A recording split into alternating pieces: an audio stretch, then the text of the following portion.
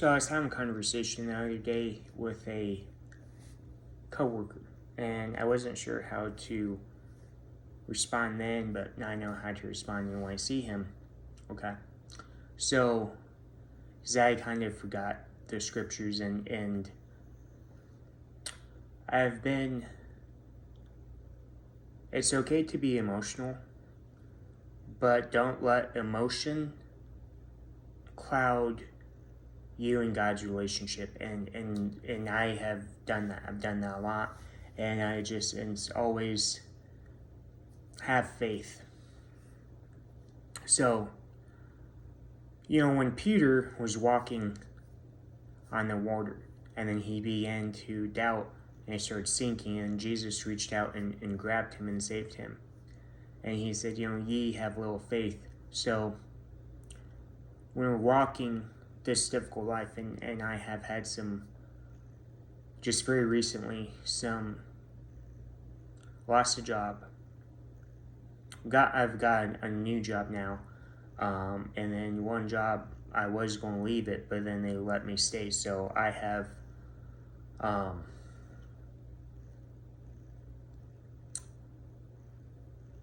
been very afforded a lot of gratitude and grace. That I don't deserve. So,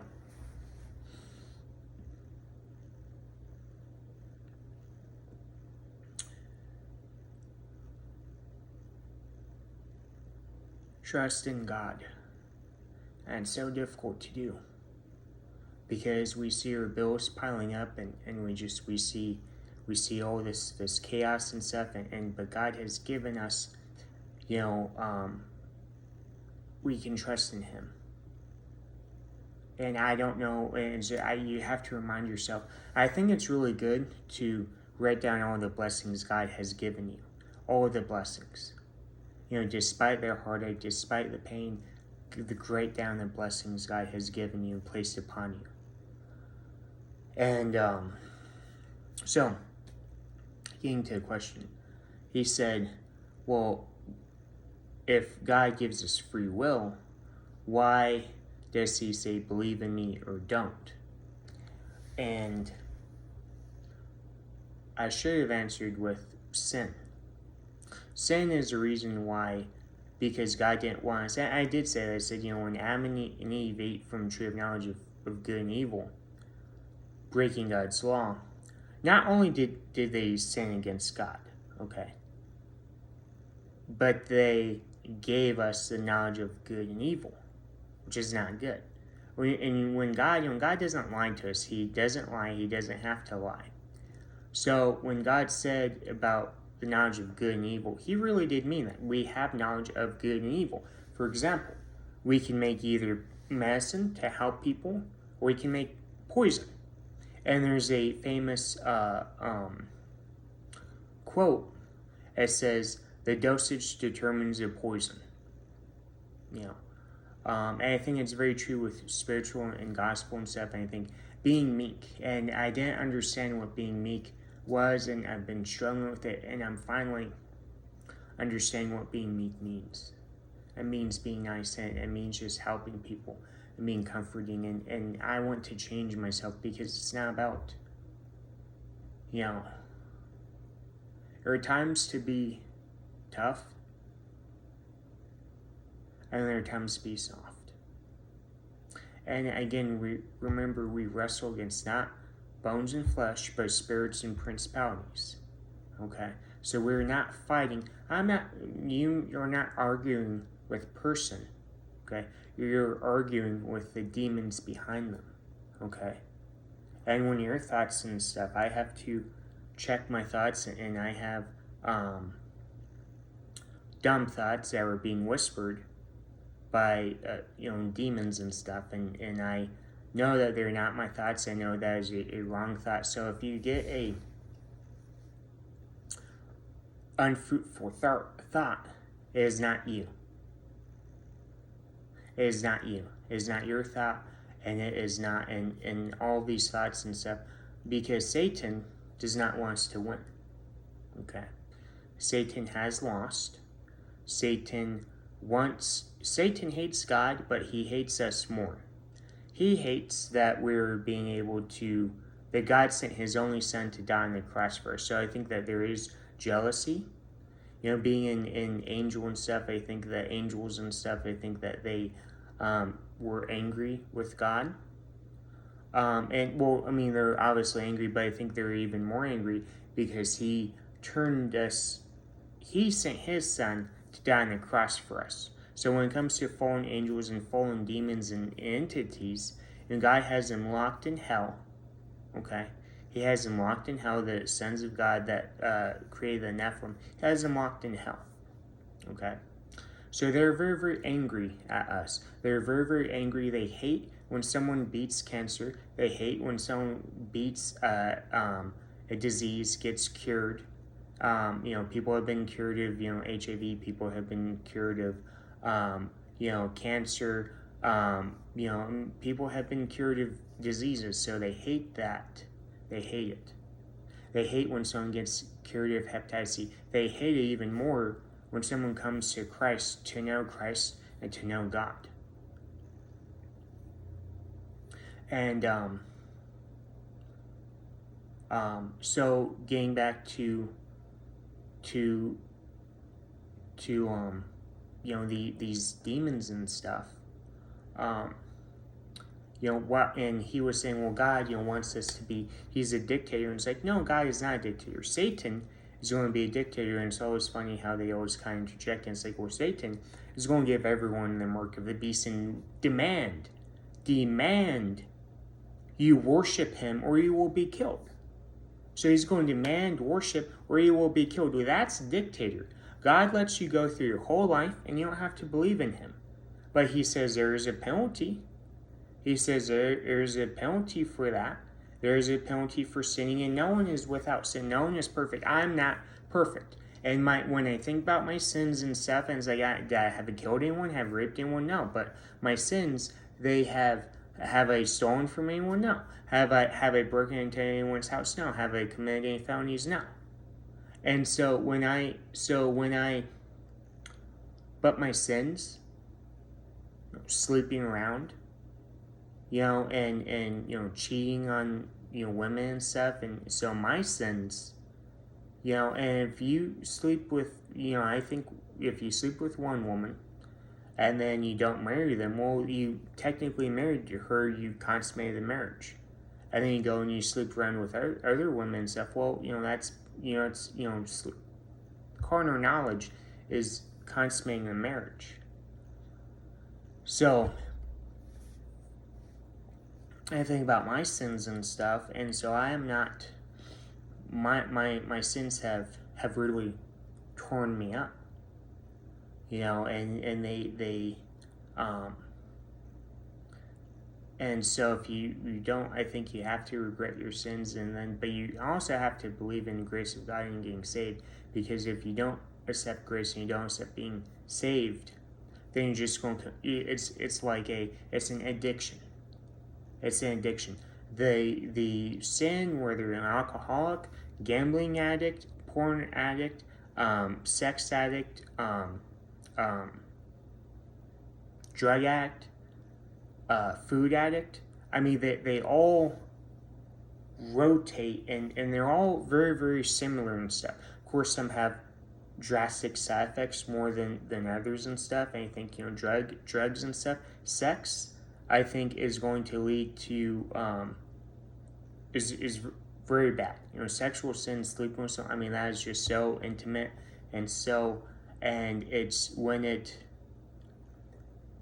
and for someone that loves someone very, very deeply and always trying to seek love and stuff, and there's a lot of things that I understand now from a kind of like a psychological standpoint. And I want to help others get through those issues. I want to become a counselor and stuff. I want to do other things. I want to do business. But my business and what I do financially is not what, it's to pay the bills and to help others out. But so I have a calling for business so I can make the money. And you don't think that Satan and his forces have a calling for business? You don't think that they're using their money to go against God? Absolutely, 100%. So this is a battle. This is a war. This is not the time of riding the middle of the road and sitting on the fence is coming to a fast end. It's coming to an end, ladies and gentlemen. So the time of being a weak meal mouth Christian is coming to an end. And these practices and stuff, we have to, God in the Bible has brought civility to the world and stuff, has brought Western is indicative and responsible for Western morality. You think these Freemasons have to lie to us? The CIA and their demons and witches and warlocks and stuff have to lie to us, have to because they cannot without. America is, I think, 70% Christian, I think last I checked. So we're a majority Christian, we majority have people who have faith, okay? So that's a good thing. And they may not be, I don't go to church often, and I still sin? Yeah. Okay, I'm not perfect. But I know, okay, I'm not perfect. I'm trying to get my life in order with Christ. I'm trying to change, but I'm telling you that the fight is coming. The fight is a day-to-day fight. And staying on the Word of God. So when you look and you see, well, why is God going to send you to hell because he's a bully? Because you're not standing up for justice. As a man, it is your duty to stand up for justice. As a woman of Christ, it's your duty to stand for justice. But as a man, and knowing that you're a man, knowing that we are physically stronger than women, we have a duty, we have a moral obligation to protect women. We have a moral obligation to protect women. We have a moral obligation to protect children. This is a moral duty, and whether you look at every single society, it is a biological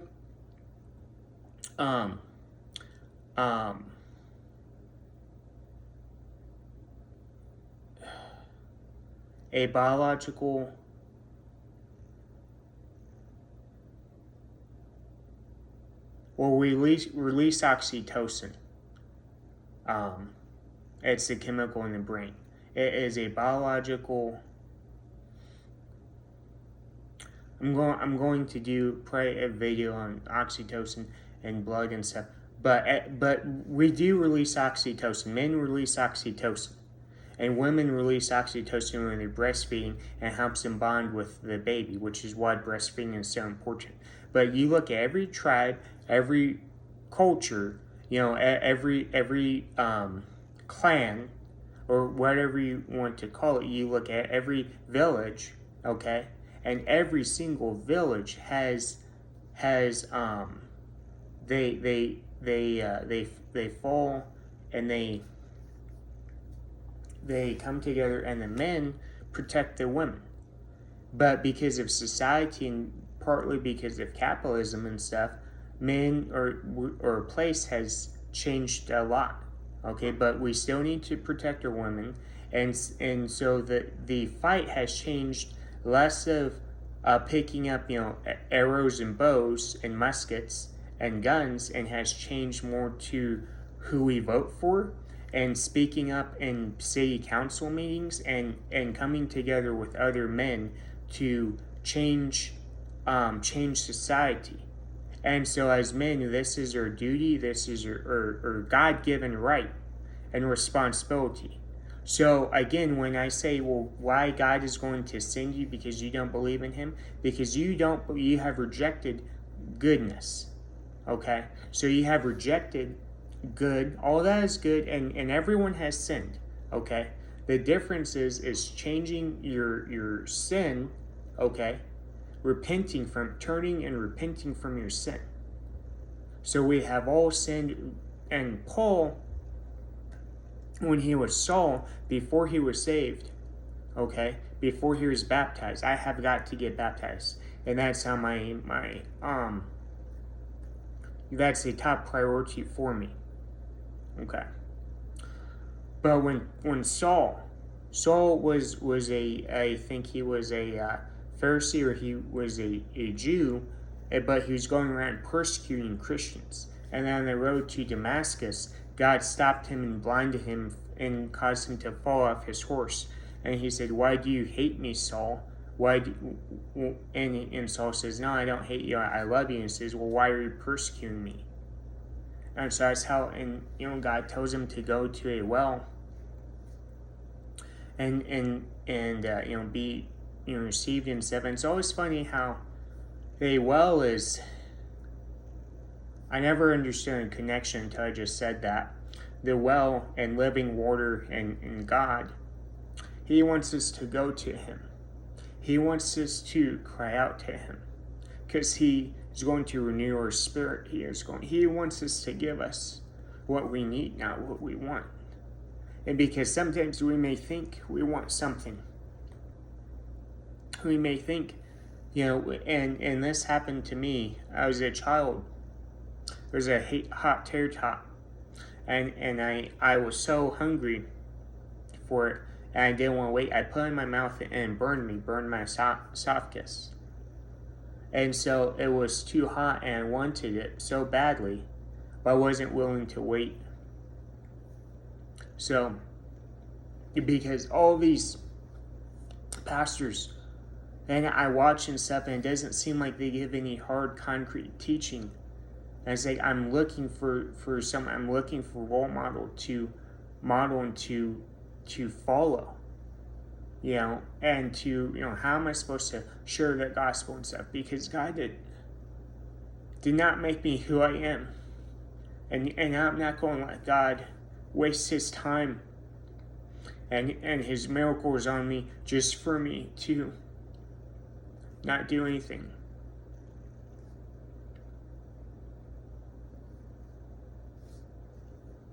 Because I owe God.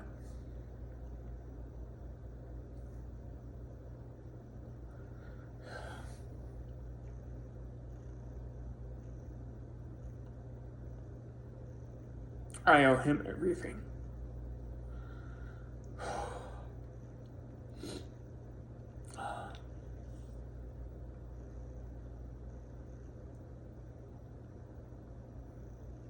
So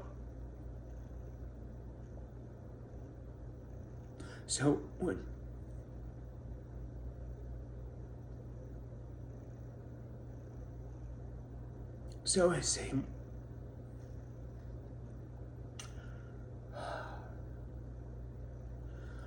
it is not God. It is not God saying that, well, we're going to send you to hell because you don't follow me. No, we don't want to follow God because we don't want to have morality. So it is a moral issue not following God, because if you don't want to follow God, that you have chosen evil. You have chosen death. That's what that means. Doesn't mean you are without, everyone is with sin. But it means you have chosen not to worship the one true God. You have not chosen to it's not so much choosing God. It is being okay with evil. And being indifferent to evil. Not standing up and fighting for evil. Not standing up and fighting for justice. Not calling about the atrocities and trying to save people and trying to bring healing and closure. You have chosen. You have chosen evil.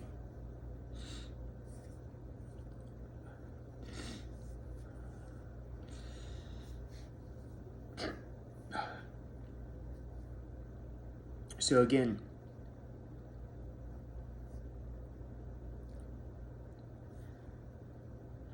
And it is okay. It is okay.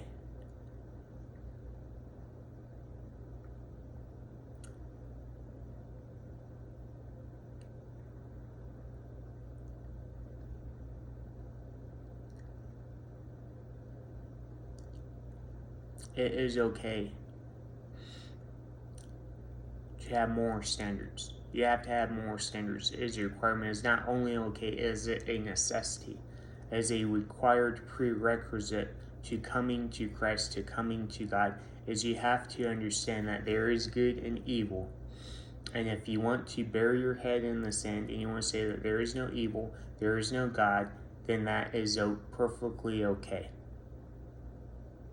Because you cannot say you didn't get warned when God judges you.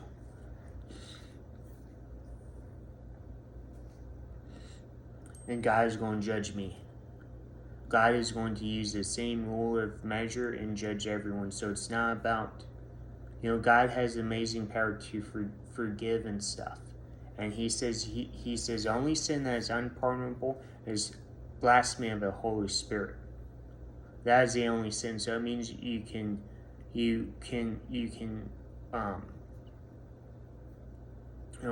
Saul, again, murdered women, and apparently he performed cesarean sections, C-sections, as they're commonly known. And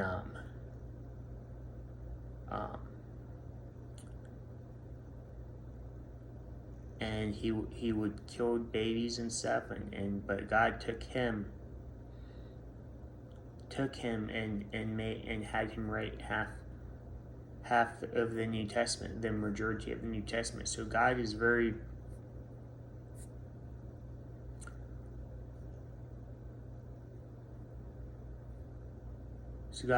forgiving, and he wants all of us. Jesus did not die on the cross, so that he could sin to condemn us, but to save us. And God didn't do all that work and stuff. God wants to save us. But when you have rejected the gospel and you have rejected the good news, because you don't want to live a moral life, you don't want to have a decent type of morality, then you have failed as a man. And I don't want to fail as a man. I'm not going to fail as a man. I'm not going to fail out of school. I'm not going to fail out of my license. I'm not going to fail out of helping people. I'm not going to fail.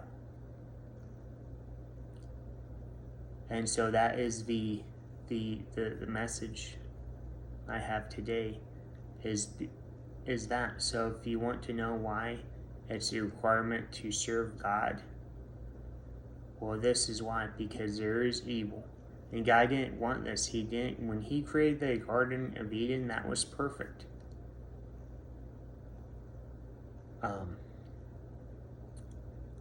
The Garden of Eden was perfect. But Satan came in and tempted Eve. Eve ate from the tree of knowledge of good and evil. And what did he tempt her with? He tempted her and said, well, you will become as God. And become as powerful. So, and we're not on God's level. I don't want to be on God's level. I don't want to be a God. I'm definitely not. I don't want to be worshipped. I want roses thrown at my feet. I'm a judging myself and stuff, and not, it's like I have sinned too much, and so I really do regret my sins and stuff. I really do regret my actions, and to anyone it hurt, I sincerely say I apologize and stuff, and I want to do everything in my power to make it right. But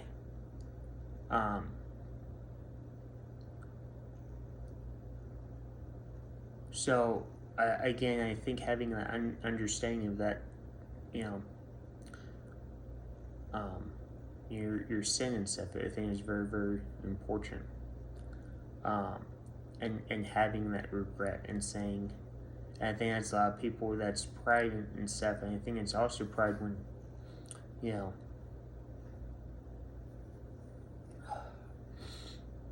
it's sorry. It's also pride. When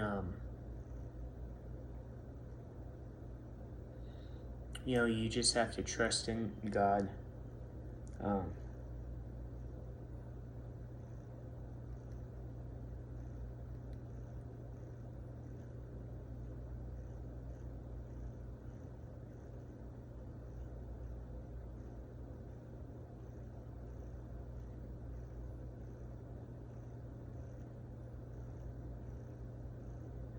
so anyways,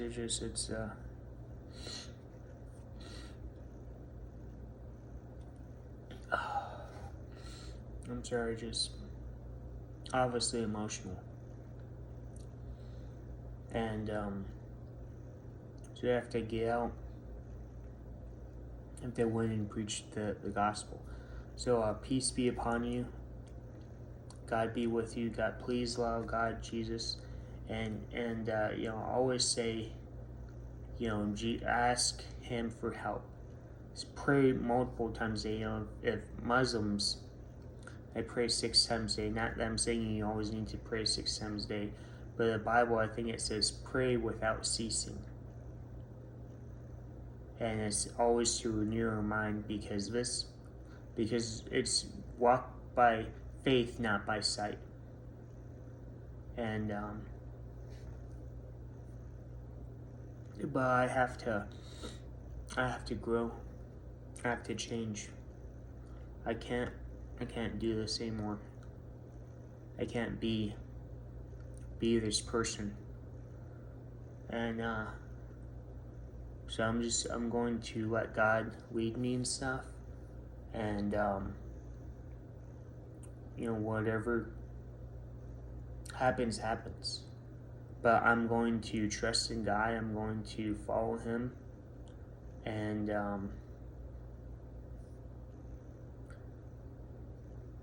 it's going to be that. So I would encourage you to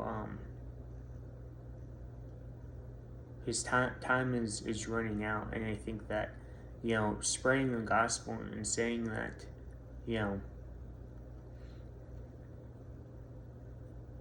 God, sex before marriage is a sin. It's fornication. So any sexual activity, is a sin, and all sin separates us from God. And that's something that is not preached enough. That's not something that's not talked about enough. And if they would have preached, most churches, I think they are a self-help book. The church is not supposed to be a self-help seminar, 4 times a month. A church is not supposed to be that way. Church is not supposed to be. I don't understand who said it was a good idea. Well, we can only worship God on Sunday. I think churches should be open every day. I think that they should have more services. I think that we are called to do God's work, and I think we are called to do more and stuff. And I don't know. I don't know what I'm going to do and but wherever God needs me, I will go. Wherever God needs me to do, I will go, and I just want to serve Him at this point in my life, because I know where He has planned for me is better than I can even imagine. And it's not so much about better than I can imagine. It is about humbling myself, and it's about serving Him and doing what is right, because I'm not righteous. But faith without works is dead. But no man boast of his works. And salvation cannot be achieved through works. But faith without works is dead. So I know everything is going to be alright. I know God has my back, and but I need to believe. I need to stop thumbing my nose at Him. And I just need to accept it. And I think that there's a tipping point. You have to have to just give in and just let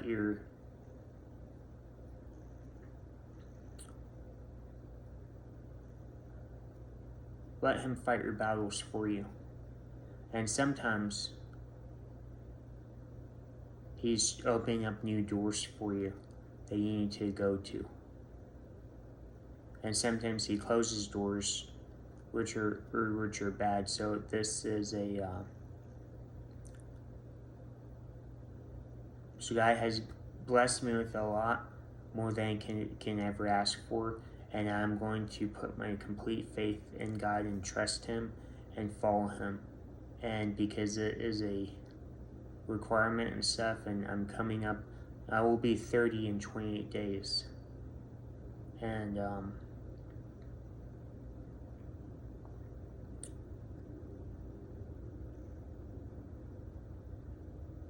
I need to change my life.